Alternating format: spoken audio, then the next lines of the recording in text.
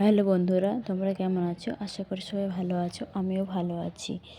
এটা আমার নতুন ভিডিও। তোমরা আমাকে হয়তো কেউ চিনবে না, কারণ আমি এই প্ল্যাটফর্মে নতুন। আর তোমাদের ভালোবাসা পেলে আশা করি কিছু করতে পারবো, কারণ এই প্ল্যাটফর্মে তোমাদের ভালোবাসা ছাড়া কিছুই করা সম্ভব নয়।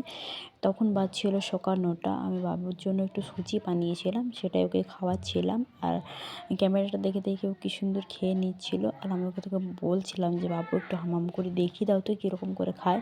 তো ও দেখাতে চাইছিল না, হাসছিল শুধু। নিয়ে আমি তারপর ওকে কলে নিয়ে ভালো করে বললাম, দেখো ক্যামেরার দিকে একটু দেখিয়ে দাও। তখন তাও দেখাচ্ছিল না, হাসছিলই। তারপর আমি নিচে চলে এলাম। নিচে এসে দেখেছি শাশুড়ি মা তরকারি বানাচ্ছে। তো আজ খিচুড়ি হবে বাড়িতে, একটু পিকনিকের মতো। খিচুড়ি, আলু পোস্ত, চিকেন হয়েছিল আর শাক পোস্ত হয়েছিল। তো শাশুড়ি মা বানিয়ে নিয়েছিল। এদিকে আমার শ্বশুরমশাই মশলা বাটছিল। তা আমি এসে দেখছি সবাই কাজ করছে। আমি বাবুকে নিয়ে ওপরে চলে গিয়েছিলাম। তারপরে এদিকে একটু দেখিয়ে দিই কী কী বানিয়েছে। আলু পোস্তর জন্য আলু টমেটো বানিয়ে রেখেছে, আলু টমেটো পোস্ত হবে, শাক পোস্ত হবে, পুনকা শাকের পোস্ত, আর খিচুড়ি হবে।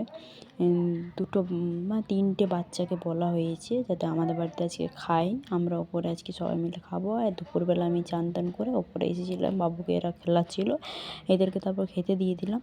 নিয়ে একটু বলে দেখিয়ে দিতাম কী কী বানিয়েছি। এই যে খিচুড়ি, আর ওই যে শাক পোস্ত, আলু পোস্ত, আর চিকেনটা একটু শেষ হয়ে গেছিলো, আবার নিয়ে এসেছিলাম পরে একটু আচার। এটা হচ্ছে আচার আর চিকেনটা।